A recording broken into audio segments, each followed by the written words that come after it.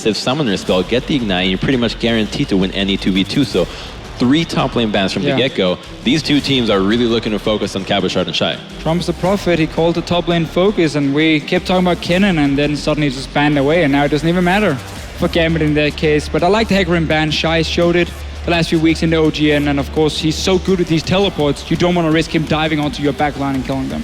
Now there was Zed taken away against Betsy, 2-0 in the European LCS with that.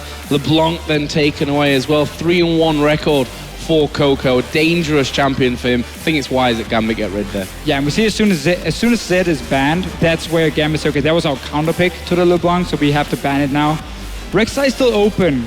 Again, CJ, they can give it over to Diamond. He's been great on Rek'Sai, but we've also seen him play multiple other champions, even the likes of Evelyn. Speak of the devil. That I'm not a fan. Okay, so Rek'Sai banned away. Nidalee should be coming in then for Diamond here, or Morgana, which we know they like to take over. A concern here, though, is the fact that Janna has still been left open for Mad Life. So if they choose to go for a hard engaged composition, even though the cannon is not there, they have run Sejuani, which offers you the ability to go for that really hard engage. Janna, especially if she goes with the build that Gorilla has shown to work with the QSS early, would completely shut that down. Honestly, if you go Morgana here for Gambit, you don't really give away the Nidalee because we know Ambition doesn't play it, even though he's a former mid laner. He can play it. He hasn't shown it yet. So if you got Morgana at least, now to take Annie in this case, but had they taken this Morgana, they could have built a bit of a poke comp, which doesn't really care about that Janna later on, but it seems like instead, full-on hard engage from Eddie. Surprisingly enough, though, Ambition has actually played almost 30 games of solo queue of Nidalee as of recently and has almost an 80% win rate on that champion. Oh, now he's going to pick it too. Oh, my friend, that's not... There's a reason why I'm called the Prophet. Doing pretty well here at least. Scouting the solo queue and everything. I really don't understand any first pick though from Eddie. Yes, surely there's better options as a first like pick. Lissandra, Nidalee, Morgana. I mean, there's a lot of options coming in instead. We know Madlab prefers to play the disengaged supports. Yes, he can play Annie, but it's mainly Janna and Nami for him.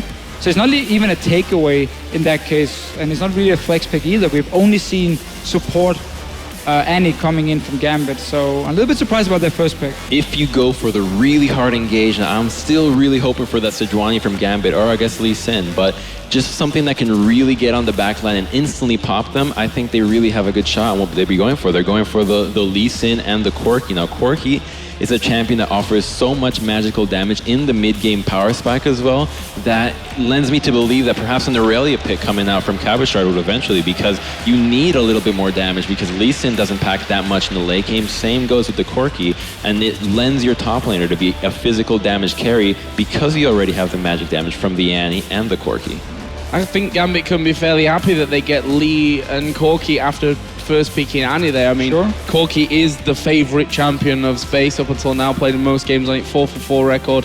But what does that now leave open for CJ on the other side? We can see double AD carry come in for them with Ezreal mid lane if they want to. They've played it before. It's going to be an all-in kite composition. I'm still expecting the Janna for Mad Life. You have Lulu top lane. Okay, Nami works as well in this case. And now with Ezreal mid lane, we might even see like a Giacomo composition for them, which is so hard to play against unless this Annie can flash tippers perfectly in the mid game. Because once you go too late game and you get QSS and everything on your AD carries, that's where suddenly Gambit won't really find any ways of engaging the fights. Now, I'm really worried for CJ right now because they're picking such an incredibly difficult team comp to execute without having any frontline. You have the Nidalee, and if you want to run the Juggernaut double AD comp, you really don't need that Nidalee. You have enough with the double AD carry. Right now, you don't have a tank. You don't have anybody that can really stand in the front line and soak up any damage for your team. So this is a very difficult team comp to execute, and absolutely love the Twisted Fate pick. We have seen it work against the Juggernaut comp and can really get into the backline, and just if Kog'Maw mispositions a 2-second stun, nullifies the entire comp. That's very true, but we have seen CJ and G Tigers run these Juggernaut compositions, these kite comps where they don't have a front line and they play so well around it anyway, because everyone knows exactly when to go and deal some damage back away. When you have Nami Lulu buffing up a hyper carry as well, you need 2 or 3 hits and a target is out of that fight. So for Gambit's side here, Jarvan top lane, I've heard them talk about it a few times. Normally you run Ignite with it as well, not a teleport, and it's just all in win your laning phase. TF Jarvan together, that's a fantastic combo of basically shutting down Shy on this Lulu. He's gonna die multiple times. Like, you can just dive him easily after level 6, not a problem. But really Gambit's composition here, they have to snowball early on. Otherwise, this comp from CJ is gonna completely outskill them. They have the tools to snowball this perfectly. The Annie is gonna be able to always lock down the bottom lane of a Nami Kog'Maw. 0 mobility, 0 defensive spells to get out unless the bubble lands. Any Annie flash stun will get this comboed with the Twisted Fate. Now, I wouldn't be surprised to see Space take another cleanse in this matchup, but we're not going to see it. No, and also Ezreal mid lane doesn't really offer any pressure on a Twisted Fate at all. Ezreal is a fairly passive laner, and he's not even, I mean, yeah, you can use your ulti to push the wave, but then you won't have the side lane pressure in that case. So TF should find openings to go to these side lanes here as long as Betsy plays it well.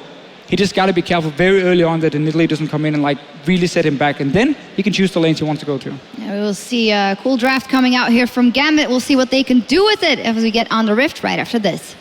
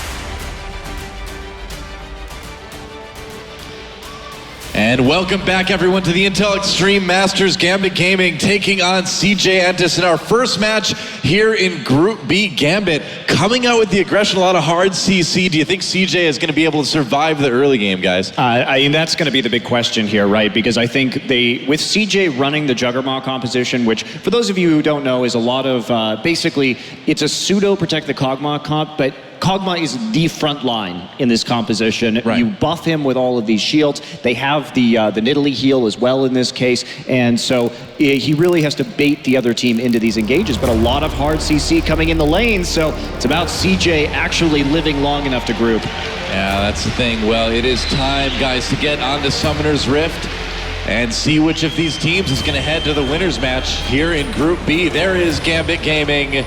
And on the other side of the map advancing is CJ Entus. On the red side, the crowd already chanting here in Katowice, an IEM Classic yet again. I'm very much looking forward to Betsy's Twisted Fate. This is a kid that I've been very impressed with in the EU LCS, and as a team, Gambit have got so many tools to get out of the laning phase ahead. But I think it's all going to hinge on Betsy's ability to sync with Diamond and impact those lanes. Those first Destinies and Gates and Roams are going to, I think, really dictate the rest of the game. And, you know, it's important to mention, too, this is Ambition's first game on Jungle Nidalee. Now, Ambition, the old mid laner for CJ Entus Blaze, and a renowned Nidalee player, and it has been a bit confusing as to why he hasn't played this champion sooner. Well, yeah, we talk about this like every week on Champions Soul, that Ambition. He's got this great jungle pick in Nidalee, but now we finally see it for the first time here at the Intel Extreme Masters. It's cool to see the Twisted Fate on the other side too, because that's something that we haven't seen ourselves in Korea for a long time. How do you think Coco's Ezreal is going to be matching up against that? It should be fine. I mean, it'll be mostly a farm lane, but the thing is, Ezreal doesn't have a lot of wave clear pre-6, so Betsy can, in fact, get a pretty free ultimate right off at 6 if he manages his lane properly. We do see the lane swap coming in. Yeah, I want to see how Pinoy handles himself on this Corki. And in all of his previous games, he tends to play very aggressively, really, really getting into the faces of his opponents. And Pinoy is the kind of guy that will Valk in, which could be the death of him. So we should keep our eyes on that. Well, we do see the lane swap is being called right here. Pinoy and Edward do take the Gromp. And so Pinoy, a little bit of damage right here, but he will be heading up into that top lane, finding the Kog'Maw and the Nami. It's a bit rough. They're going to give that level 2 to Edward. I wonder if they're going to try something here in the mid lane. We'll see. Ooh, but already Cabochard waiting. I don't know if they're going to get an opportunity on Coco. It doesn't look like it. So yeah, Edward heading back up again. Now, they invested a lot in that gank right there by giving up the experience and taking so much damage onto Pinoy. Pinoy will hit that level 2 a bit earlier all the same, but trying to lock down that Ezreal early, chaining the anti-stun into the gold card, but Coco is very difficult, and he also has that cleanse in this matchup. So best probably could have happened is getting a summoner down right there, but instead they don't get a whole lot, but still the lane advantage heading over to Gambit, but early pot used by Pinoy as well, so they could come back via some nice trading. Yeah, Pinoy took so much damage from that Gromp. Gambit gonna look to, I think they have to look to snowball. The later this game goes, the scarier and the scarier CJ Entus become. So with Diamond back on Lee Sin, Edward coming up against Mad Life, this is a matchup that Eddie himself is super excited about. CJ and Gambit, while having different players this time, have got a lot of history, and those two in particular, along with, of course, Shy and Diamond adding into the mix. Yeah, very true. I mean, both of these teams this season in their respective regions have had pretty tumultuous seasons so far. And Mad Life, Edward, maybe you could argue both on a bit of an upswing recently, but still a lot of questions about these guys. It'll be interesting to see where both of these teams end up at the end of their respective splits. Now, one thing I do want to touch on for Gambit in particular, they have been growing in play style, in team fights, in champion compositions as they've gone week to week. But Diamond has had very mixed success from the beginning of the split to the later stages. And there's actually quite a few people that think it's because of Diamond hard carrying the early game that Gambit had that upswing. So we'll need to see whether he can do the same in this match. You know, one thing we haven't mentioned yet is Betsy started boots on TF, which is kind of interesting. Well, you're just dodging skill shots as a farm lane allows you to get a lot more of those biscuits as well, so it's not too much of a surprise right here. I am a bit intrigued by the early skirmishers, Saber onto Diamond, so we'll see how hard he wants to commit to going into the enemy jungle. It's a Diamond special. Yeah. He was the first EU jungler to really go hard on skirmisher Saber. It was in certain matchups at first.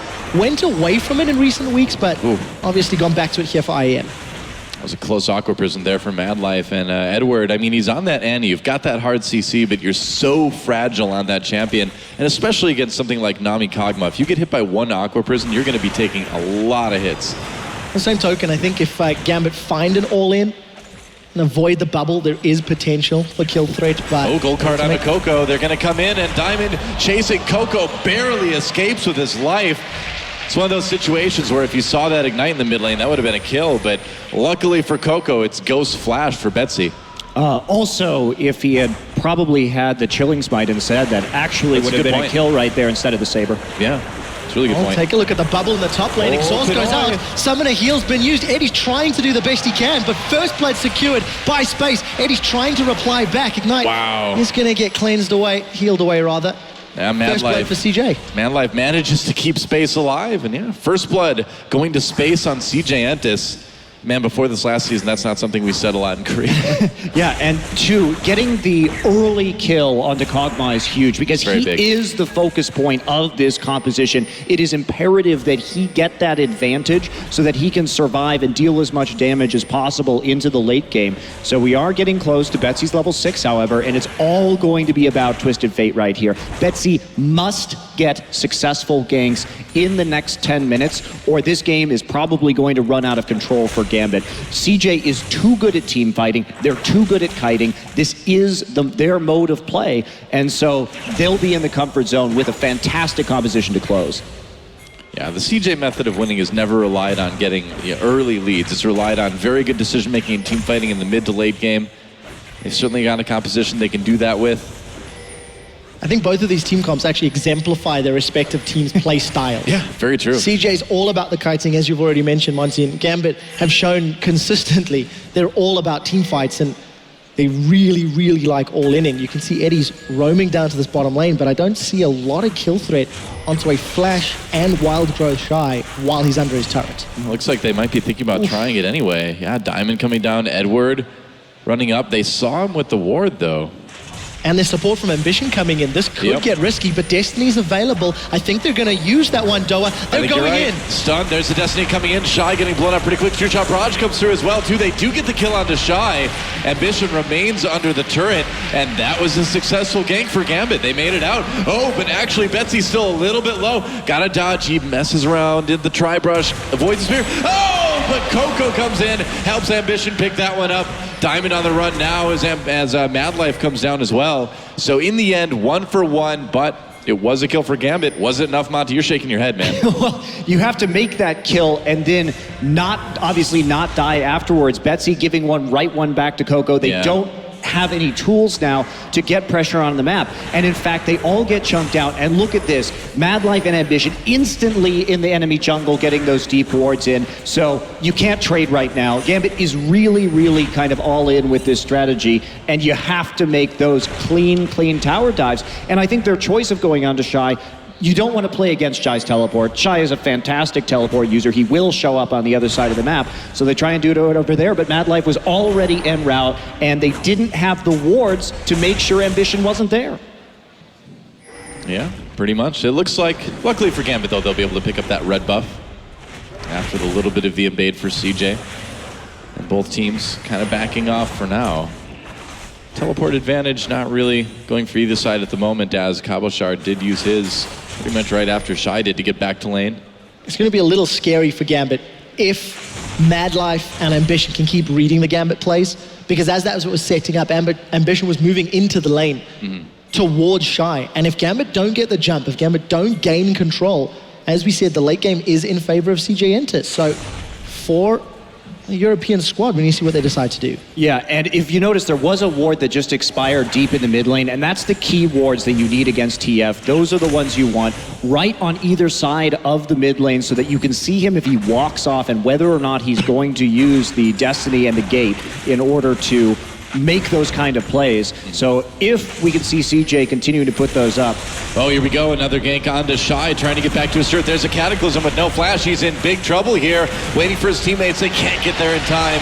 And Gambit really punishing that lack of flash for Shy. And this is something Gambit will do consistently. Diamond will basically pitch a tent, get some s'mores, and hang out high-fiving Cabochard with kill credits all day long. He does it in EU. It tends to lead to a fed Cabochard who in Europe is able to carry the game. He's got a CS advantage, and we need to see if this Jarvan pick is going to work out for Gambit. And he is going to be going for a hell of a lot of damage with this pickup too. They want to blow up the Kog'Maw immediately. You have to be able to engage and instantly kill the Kog'Maw. And by keeping the Lulu down, they're preventing the AP from really getting stacked onto Shy. So you have those big shields, you have those bigger wild growths, and you're more elusive, of course, with the Whimsy as well. Well, Shy's been a very good Lulu player in Korea this season, but the danger is that, if you get held down, then Lulu kind of becomes sort of support too, on the team, and you don't have that utility, you don't have the damage that you need from that top Lulu. Well, take a look at that. Betsy's got his ultimate available, has had for a little while, and I think for Gambit, they're going to continue looking to punish waves with no tower for Shy to fall back to, and the wave pushing towards Gambit. I'm interested to see if Cabochard tries to freeze it or tries to hold it, make Shy's life a little more difficult, force some more decisions to be made about where he moves around the map. But for the time being, Gambit holding even a small advantage thanks to having that tower killed in the bottom lane. And of course, Katowice is going to be so dangerous here if he gets rolling as well, because part of the strategy for Gambit has to be to split push into this game, because if he goes for this full damage Jarvan and he continues to build into a Hydra, he's going to be able to push so effectively, and with the constant threat of Betsy TPing into his lane to finish off kills, who on CJ is going to hold the lane? It's very difficult. They are going to lane swap and let Shy move a little bit forward.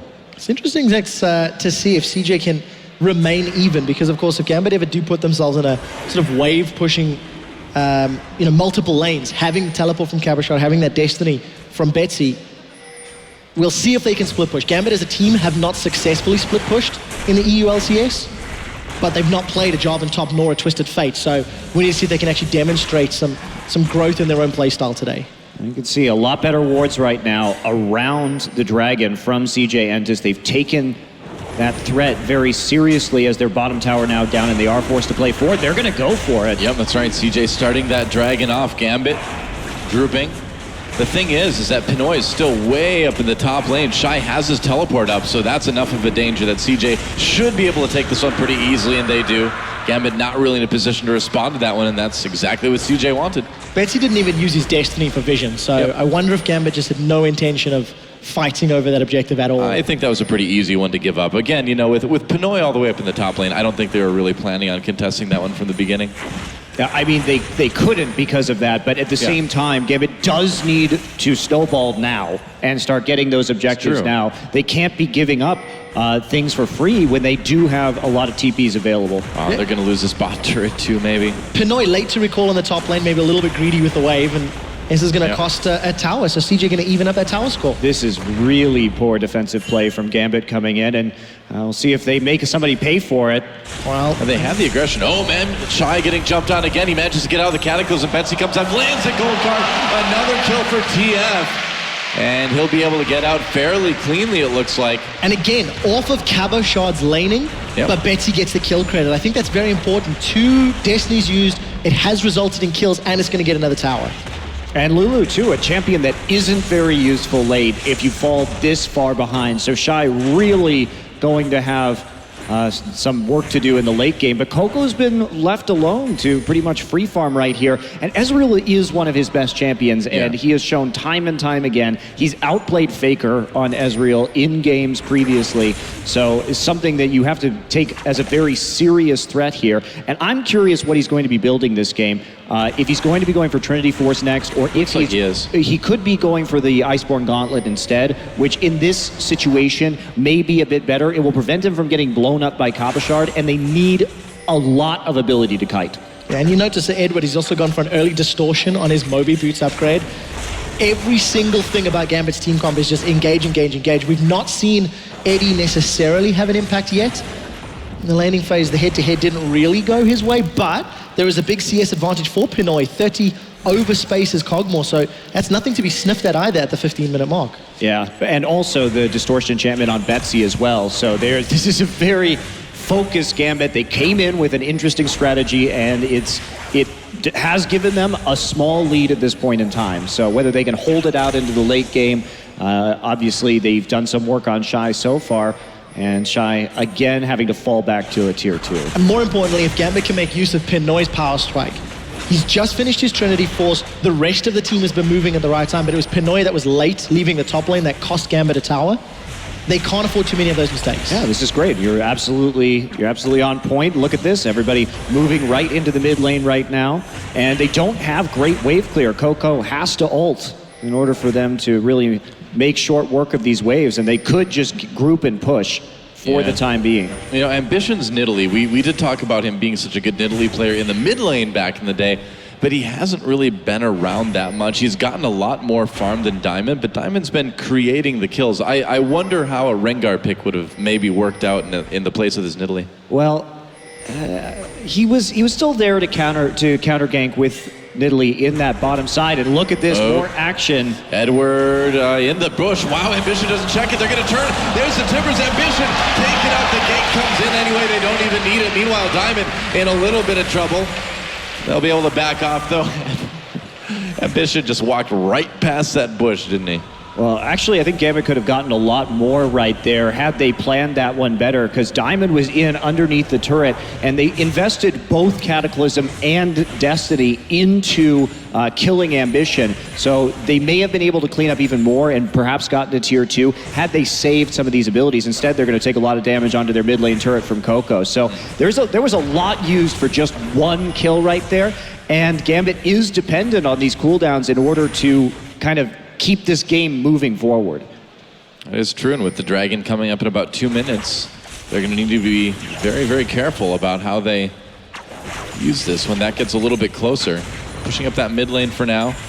I honestly think a better use of Gambit's time was pushing the mid lane right there, because here's the thing about Twisted Fate. If you get that outer ring of turrets down first and you have that advantage, you open up so many ways for TF to outplay the enemy team. They had that Trinity Force power spike before Kog'Maw completed his. Now they may get it.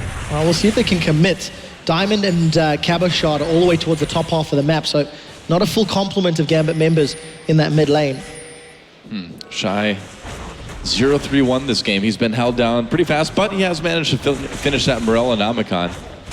Just in time, too, as that Dragon is coming up in about a minute now. You can see CJ trying to take vision control around that area. Oh, Coco takes an opportunity to get some damage in. Got to be careful, though. Gets hit with that gold card. Kick back in. Can they turn it around? Ambition coming in. Manages to get the kill onto Diamond now. Cabochard on his way out. Space. Putting a lot of damage in on that Kog'Maw. This mid lane turret may be in a little bit of trouble now. Yeah, still a lot of wave clear, though, but good for CJ. Yeah, they really turned that around instantly. You can see the speed at which some of these TPs are coming in from CJ. Now they have that 30-second timer. Diamond will be back up in Ambition. I think he's going to get dunked, and he is dunked. That is a lot of damage coming out of that top lane Jarvan, but that's what happens. And something else to point out, that mid lane fight, Pinoy was once again not in the right place at the right time. He was down bottom. As the engage started, Gambit tried to jump into CJ, and then as Pinoy was roaming up, he was late to the party. Gambit already lost a member. Yeah, still, that was a great play by Cabochard to turn this one around. Found the jungler at a crucial juncture, because now Dragon is live. Ambition still down for the count. Yeah, that's right. If CJ can hold off long enough for Ambition to come back, then that lack of Cataclysm for Gambit may be a little bit of a disadvantage, but it looks like they're going to start that Dragon right now. And is there anything CJ can do to stop this? They don't have to fight this at all. Maybe they'll try and land some pokes, see what they can get from the outside, but the main thing is preventing any further objectives from being taken, like the mid lane turret. I really like the fact Pinoy was trying to zone away CJ, get some rockets down Betsy for backup of those wild cards. So Gambit secure the Dragon. Actually, thanks to Cabochard finding the kill, which was thanks to having a ward in that part of the jungle. But now can they defend? Again, Pinoy went bottom lane. Gambit most likely going to lose this tower. Can't rely on Twisted Fate alone. And this is the thing. You keep pointing out Pinoy, and I think you're absolutely right. He's been in the wrong place pretty much this whole game. He's in top lane when the Dragon is being contested. They don't have adequate vision over that objective early on, and then he immediately retreats down to the bottom. There's no actual defense. So in the end, it's a tower for a tower, and we only see a 500 gold advantage here at 20 minutes. Gambit is really running out of time. Yeah, I really hate to sound like a broken record, but the longer this game stays, even the happier CJ going to be. Oh, yeah. Despite the 0-3 shy, he's still relevant. He's still got AP. With the Lucidity Boots and the Morellonomicon CDR, he's going to have multiple shields, and he's going to have Wild Growth basically for every engage. You know Wild Growth is going to be up before Destiny on the side of Gambit. So I just think for Gambit, they need to try find a way to break into the CJ jungle and get some deep vision down to make more aggressive plays. And the scary thing about playing this full damage Jarvan is that he dies so fast in the late game. You just literally can't stay alive through burst. If you're lucky, you'll jump onto somebody on Cataclysm and hit them down to 50% HP. But with all of the defensive abilities on this CJ team, you get a Lulu shield down and a Nidalee heal, not even to mention, the Nami as well. Yeah. And there's not really going to be anything to do, because if we just kind of theory craft out how these team fights should be going for Gambit, is Cabochard going in, maybe Betsy comes in for a flank with Azonias on TF, and Edward following up with a Tibbers, because you don't want to have to use that flash if you don't have to, if you can already pre-engage with Cataclysm. And Mad Life can nullify so much of that with just a single tidal wave, and the more that they stack up, once we see the Crucible finished on Mad Life, it just becomes harder and harder and harder and harder for Gambit to win. And it's so important to note, despite the fact that CJ are behind in CS in the top of the AD carry role, because of the towers and some crucial kills on their side, they're not behind in itemization. So no, not at all. Gambit's window of opportunity gets smaller and smaller and smaller, and the longer they're not engaging and jumping on CJ, the happier CJ will be. So, well, that's the thing. I mean, Gambit has been able to get in there and make early kills, but every time they have, CJ has been able to answer with an objective, answer with a turret, and at the very least get kills of their own, relatively keep up in CS. So how much of a window really was there? Yeah, Ambition hops out of it, flashes out the Cataclysm. There's a flash from Diamond. They kick him away, though. They get the turret in mid, but Ambition escapes, and they use, again, a lot to try to take him down. Yeah, kind of a preemptive kick from Diamond there. That wasn't going to be enough to actually get the execute off. So Ambition actually saves his skin. They do take some jungle on the way out, and at least they get a turret for it, start to open up that gold lead again, but it's 1,000 is very small. Something we also have to highlight, I was touching on CS for the lanes, but the jungle disparity is massive. Diamond's 66 CS to Ambition's 109. For a guy playing Lee Sin, he really needs to have a bigger impact in this early game, and it simply did not work out. Is this going to steal? Nope. Not quite. It was close. Close. They got me excited, the observers. That's true. It's not Faker's. It's not Faker's Ezreal. It's Coco's Ezreal. It's good. It's good, but two-shot barrage steals aren't quite as much there. But yeah, you're absolutely right about the two junglers. I mean, same kills, same assists. Here we go. TF coming in. It looks like they may catch Mad Life. Whoa! Never mind. Goodbye, TF. CJ turns this one around space with the kill there. The Twisted Fate. He was there and then he wasn't. He got Mad Lifed. Insta bubble. Right. Oh, Tibbers. It does hit right at the end of that dodge for Ambition. He's going to get taken out. I thought they missed, but it caught him at the end. But Pinoy may still be in a little bit of trouble here. CJ, they get the speed from that shrine. Will be enough to catch up. Not quite. He can still keep on moving. There's the arcade shift. Yeah, there it is. And the flash will secure it for Coco. Kills evened up now, and CJ finally takes that gold lead by 200, it's there. If you're Betsy, you cannot engage like that before you have a Zhonya's Hourglass. It shows to me a little bit that Betsy is very uncomfortable on this champion, because you can't, the TF, the way he plays and the way he engages is so dependent on his itemization that when you try and go all in like that, he just straight up got knocked up and instantly destroyed. Well, TF is it's a very snowbally champ, but it's also a very unforgiving champ too. I mean, yeah, you can get some early kills with that TPs, but at some point in the game, if you do something like Pinoy just did, you can give a lot back to the other team too. So it does require a very kind of delicate level of play. As long as Mad Life holds onto his bubble, he's always going to be able to have one additional step up over Betsy. And Mikhail's Crucible has been completed recently, so that gold card threat, or the Tibbers threat, is now somewhat negated. Still going to be some importance and space to be in the right place, because there's so many threats they're going to be trying to jump on him.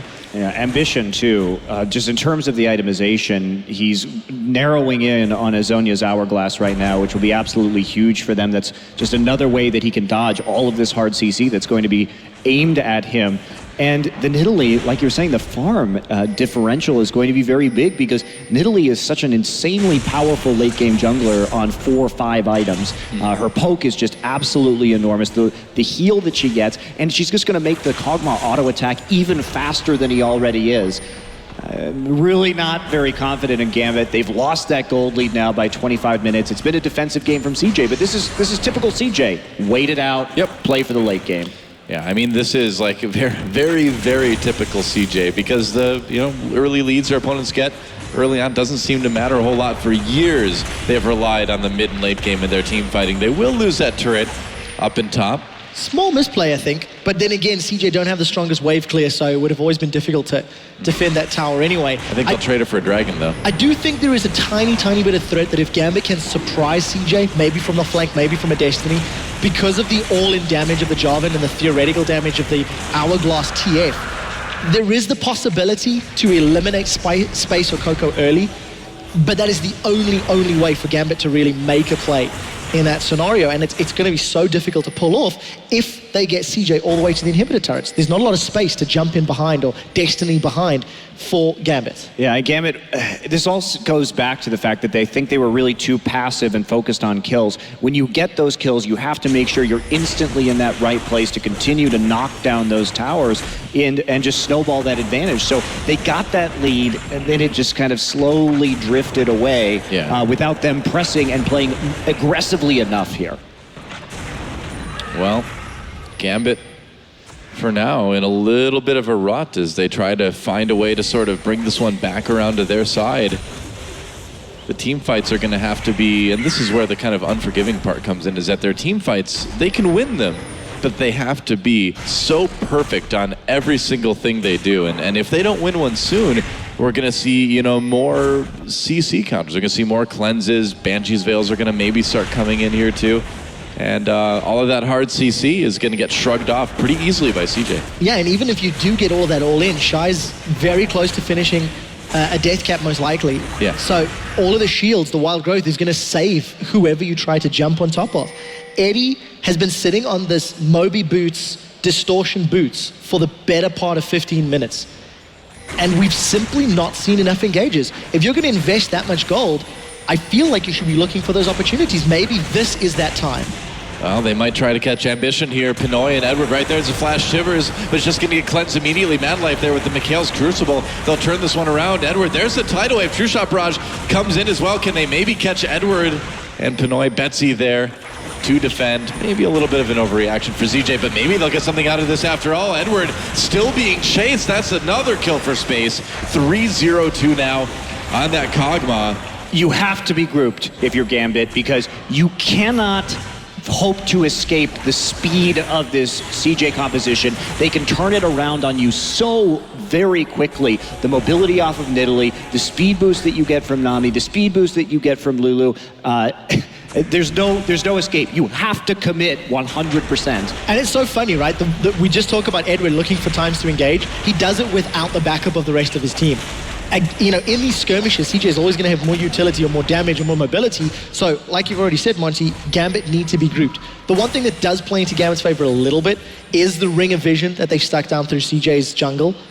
But they now need to make use of it. They need to actually play around that, either push the bottom lane or look to collapse on CJ.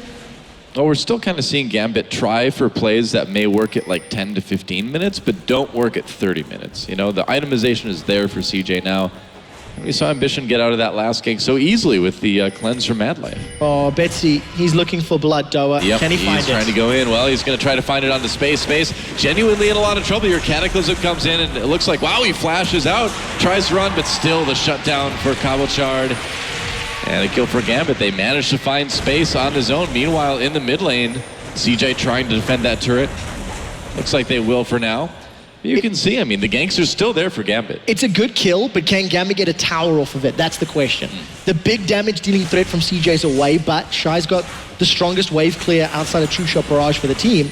And look, Gambit have run out of minions. They simply can't push, despite getting their 7th kill of the game. Yeah, these kills are absolutely meaningless at this stage. They need much, much more. They need to be able to be in a situation where they can actually convert that into a Baron. And by making plays into the bottom lane and using that Destiny, there is no follow-up. There's no Dragon on the map right now. There's no way to instantly try and grab a Baron or really do anything off of it whatsoever. So I mean, it's nice to line your pockets with some of these kills just a little bit, but it's an objective-based game. You have to take more. Well, Monty, I'm a believer. Edward's working his way towards that righteous glory. We've seen the power that Cabochard has had. 4-0-2 on that top lane Jarvan. Got some tankiness to back up the damage. 30 minutes into the game, yes, the chips are falling into CJ's favor. One strong team fight could equate to an inhibitor, could equate to a Baron. And that can change the entire dynamic of Gambit's strategy. Yeah, they got to do it now, though, because CJ... Yeah. Oh, he misses his Q on the Mad Life. Wow. Uncharacteristic miss for a diamond there. And the thing that's coming into play right now is we're going to see double blades on the 280 carries and double hourglasses on the top end jungle. And at that point, they're going to be able to kite so efficiently and dodge the hard CC that it's going to be ridiculously difficult. So when CJ hits that power spike, they may just start trying to look for fights. So it's going to be the 5 Ds of dodgeball. I think you're right. I can't remember really many of them, but, Dodge, but I agree. duck, dive, and dodge. Okay, there you Patches go. O'Houlihan. He is somewhat of a hero to me. I'll keep that in mind. Do you have the little picture above your bed at home framed? I have one over the hotel, actually. Oh, really? Yes. Cool. So that much of a fan. You should bring it tomorrow.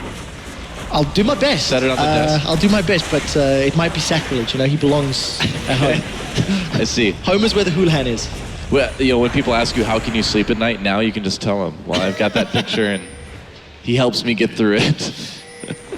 Drag it up now. We'll see if Gambit can make it through this one. CJ, again, looking pretty strong in this impending possible fight. Well, QSS picked up by space, so as if the safety tools weren't enough. Look at that mobility. And he doesn't even need a Last Whisper here either, so he can straight up go third item with this QSS because Katowice has built, has no armor. Here's the team fight, Doa. I like kick Coco onto that, but Ezreal can get right back in. Nice tidal wave disrupts Gambit quite heavily. Ambition picking up the first kill. Katowice comes in onto Coco in the back line, but Ambition already there to pick up the double. What a great play from Madlife. It just totally prevented the team fight from happening. 2 kills for CJ, an easy dragon. And I think this is pretty indicative of what we're going to be seeing for the rest of the game, unfortunately, for Gambit. As long as CJ continues to group at this point in the game, there's very little chance that Gambit will be able to do anything at all. If we look at the fight right here, Diamond kicks Coco out. I mean, that really doesn't even do anything at all. The counter initiation right there with the tidal wave. Katowice goes in, but they're just too tanky now. And that's the problem with building full damage Jarvan. I'm sure a lot of you guys know from solo queue. It's at least popular in Korean solo queue. Yeah. Drives me insane to see that top lane Jarvan so tanky because he just can't do anything in the late game. And really, again, so much pressure on Diamond, and he's simply not delivering this matchup. He had very little impact in the early stages of the game. He's down 60-odd CS. You know, that's 2 kicks that have been very, very awkward onto the members of CJ throughout the course of the game. And if you're not setting up those kills into Coco's space, there's simply no way this team comp's going to work. And unfortunately for Gambit, all of the small positives that they had in the early game have not equated into anywhere near enough of a lead to deal with this late game team comp. CJ is completely enabled and online. Well, yeah, and look at this. I mean, Katowice only just now starting to build armor, and Space will have that Last Whisper by the time any armor gets down onto this team outside of Betsy. Of course, it is very difficult to itemize against CJ's composition due to the intense mixed damage that's coming through, but there's been... The window is gone. I mean, the strategy was very clear coming from Gambit, but... It was a good one, too, initially. It was conceptually, it was something that really could work. I liked it. I liked it, As too. a team, Gambit really like to play aggressive. They've got players that like to get in your face. So I agree with you, though, in theory and the concept, but in the execution, I just don't know if it was as aggressive as it needed to be. But we look to be in somewhat of a tower trade scenario.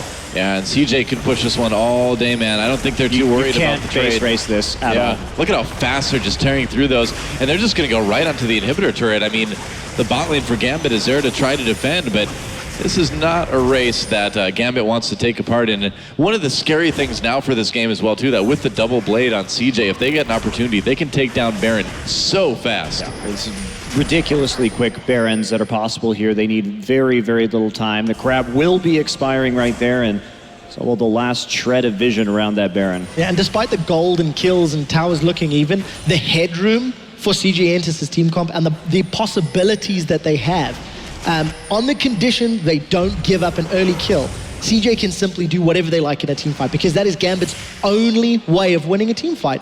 Maybe they can split push, but Shy's doing such a good job. No, that was a Destiny used purely to check if they were doing Baron. I was wondering. And now that that's down, they have to face check it. So this is likely going to be... Javelin to the face? Oh boy, yeah, wow, that's a lot of damage onto Best Beat. Aqua prison on the Diamond to prevent the safeguard, and that's an easy kill for Space. Diamond in a little bit of trouble as well, taking a hit from that ebb and flow. Has to dive into the Raptor pit. A little bit of gold for Pinoy. Yeah. And this Lulu is just so dangerous to give CJ or the GE Tigers. You know, we were talking about it this weekend, but that is one of the things you have to take away because the Koreans are so good at solo lane Lulu. Certainly. And it just, that's the level of skill on that champion just hasn't really appeared outside of that region. And even when falling so far behind here, Shai managed to find the farm. He's been behind the whole game, but has caught up and knows his limits very well. I think they want to fight this. Well, they try. They lost that tier 2, but I think that's a worthy trade for a Baron, of course.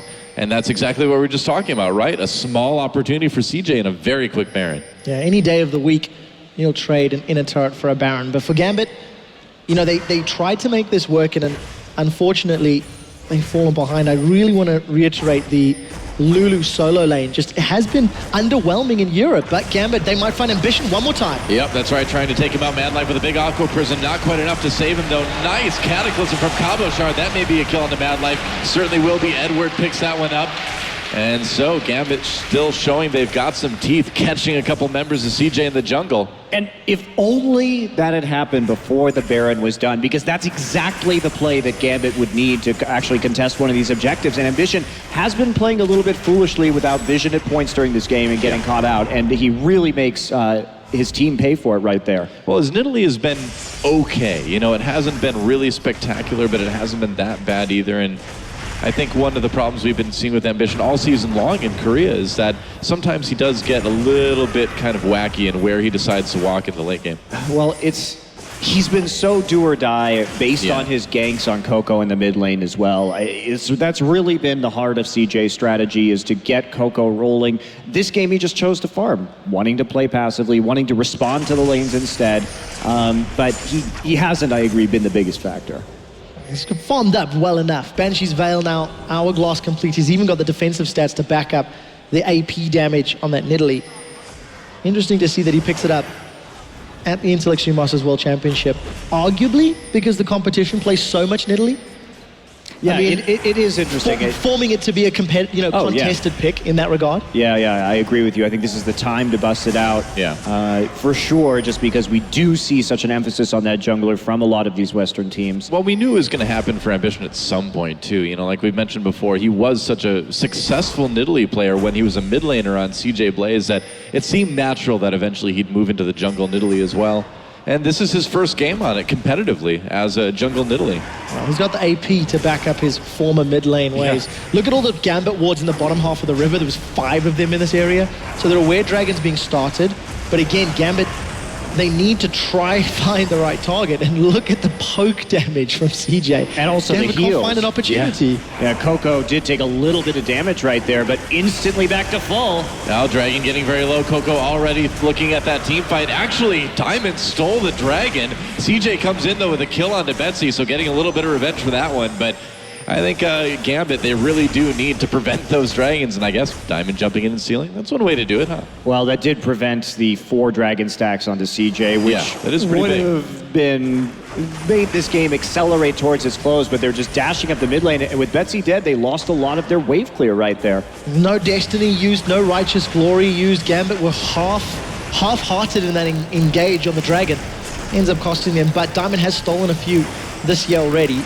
Okay, well here's where we get to see if Space can channel his inner prey and play this Kog'Maw up to the level we've seen the GE Tigers do. Well, the thing about the Juggernaut composition is that Kog'Maw is so fast and so shielded, he can just walk up and shoot the tower. And that's why it's incredibly difficult to defend against the siege, because you do not need a minion wave. And there goes the first inhibitor of the game, taken by CJ.